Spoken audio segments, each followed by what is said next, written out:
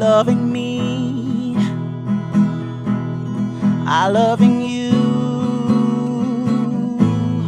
Mothers and fathers, husbands and wives, Friendship or pretendship. Yes, a new word.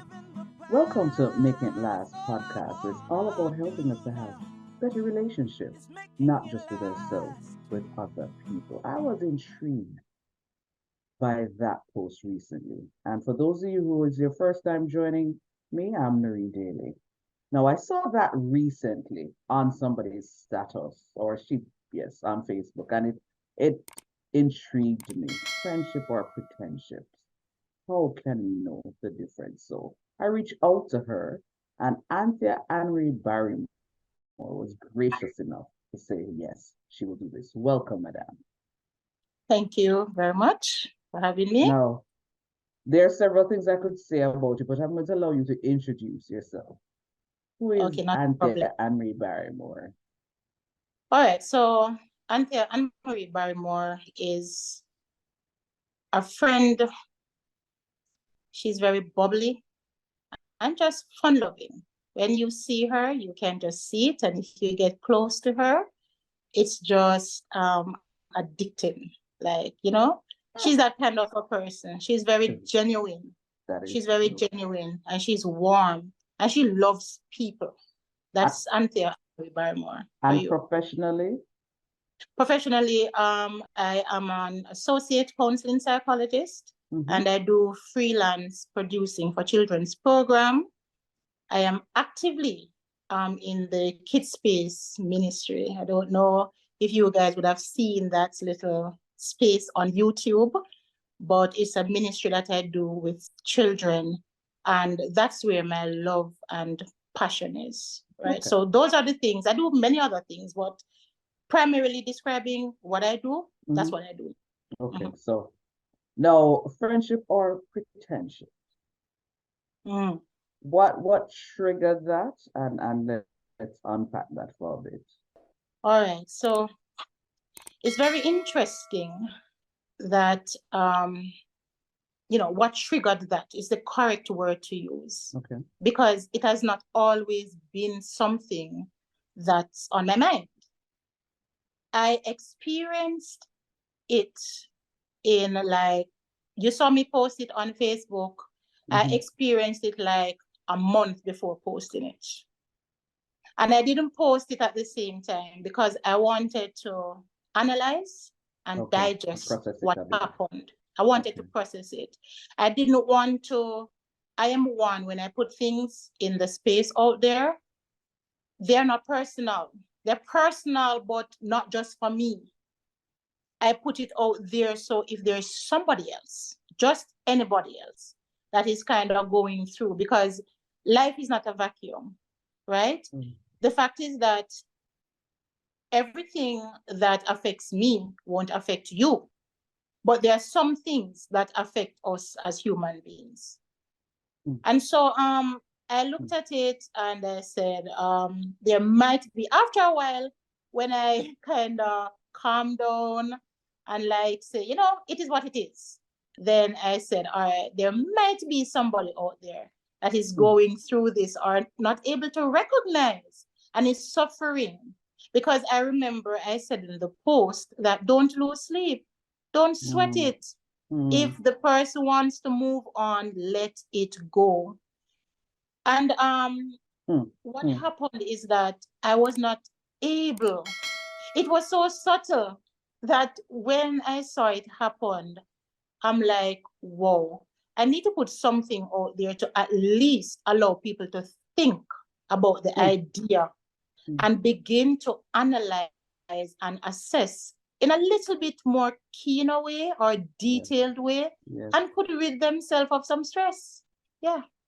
So I put Before it there. before before you get so let's just somewhat set account. So some people would not have seen that post. So Mhm. for you, when you think of friendship, what is it? And then let's talk then. Just make that All right, distinction, the whole idea of pretendship. So not a because I problem. actually like is and I've never seen it or heard that particular term before, but right from seeing it, I could sense where your headspace was. So It That's just, correct. yeah, And just it for means you that we though. need to, right. Sorry. Go ahead. All right. It means that we need to add some more words to the dictionary because I That's find it true. interesting that you said that you understood what it meant I did. because it's not straight pretense.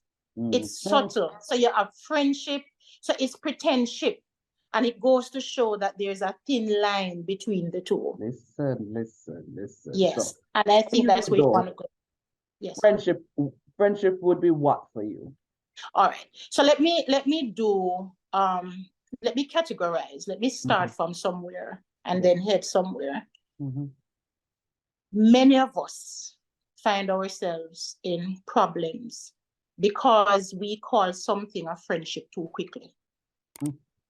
So I am going to put some things in perspective here that will cause us not to get in this issue so often.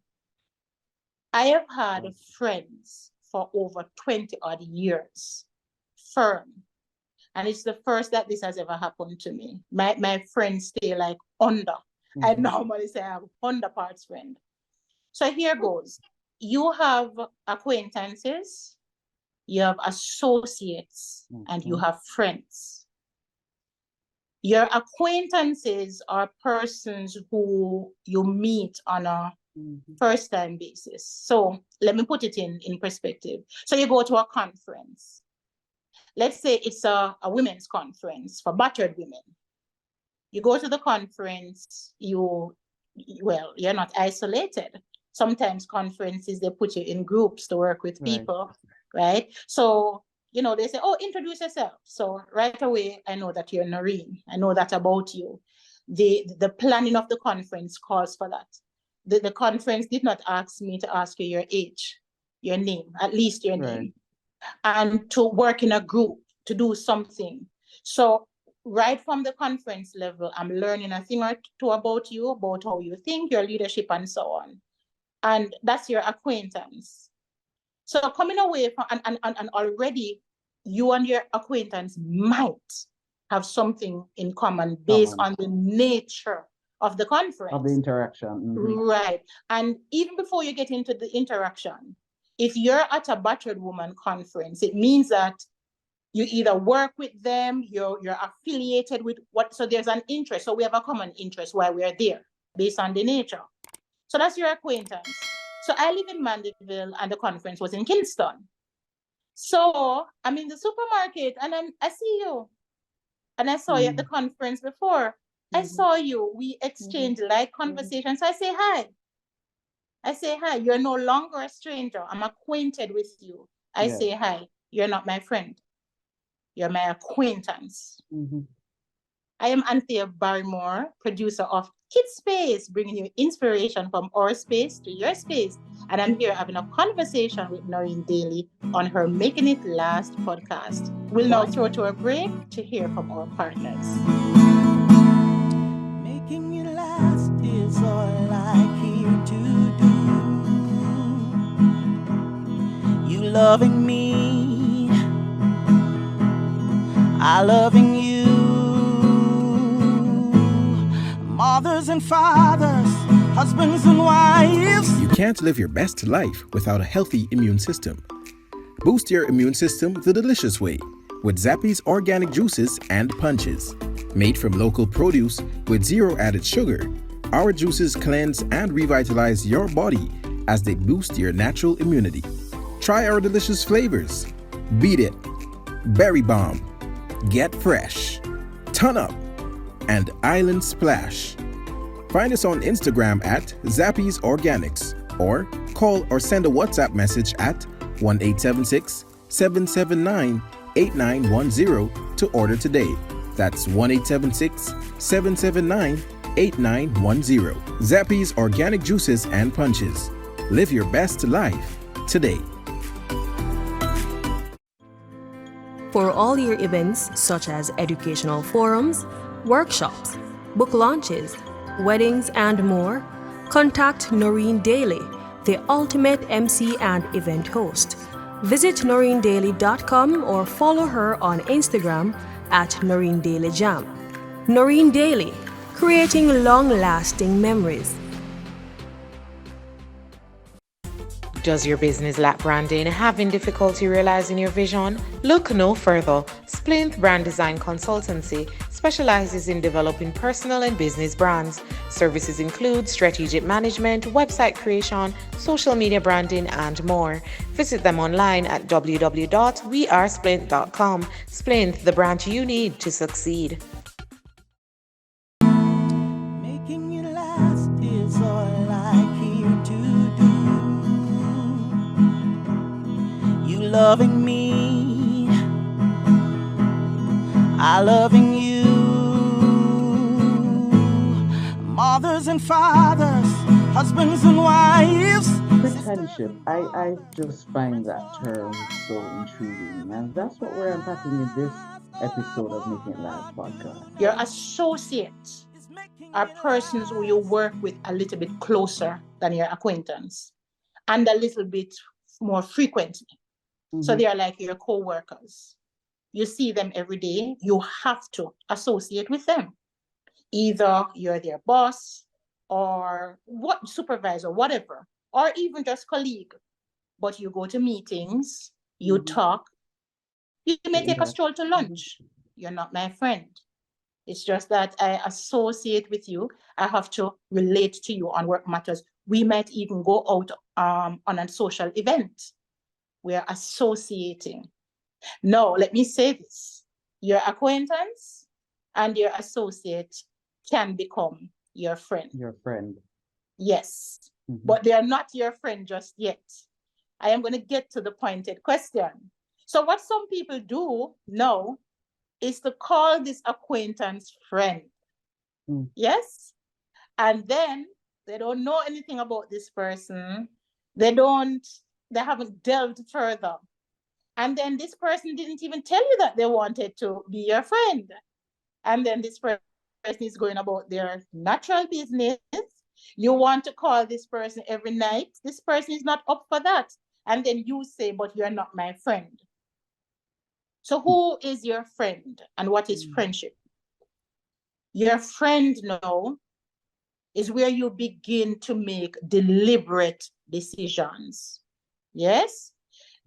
Deliberate decisions in letting this person in your space.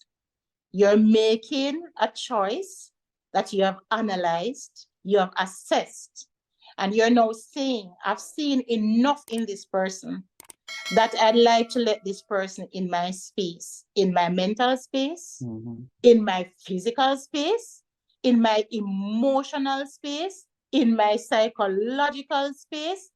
You are making yourself vulnerable to this person. And when you call somebody friend, Miss Daly, it would have been through a process. Yes. It would have been the end product of something that you've been putting together, pretty much like a cake. You get the ingredients, yes, and you go through the mixing, you go through and you check to see if the texture is fine. You make sure you're putting it in the right shape container you want it. It's a process, and the end product comes out together. You can't pick out the individual ingredients, but they're there. They're what makes that cake work. That's friendship. So now we're going to look at what are the specific ingredients then, you may call it. So we looked at the end product as the cake.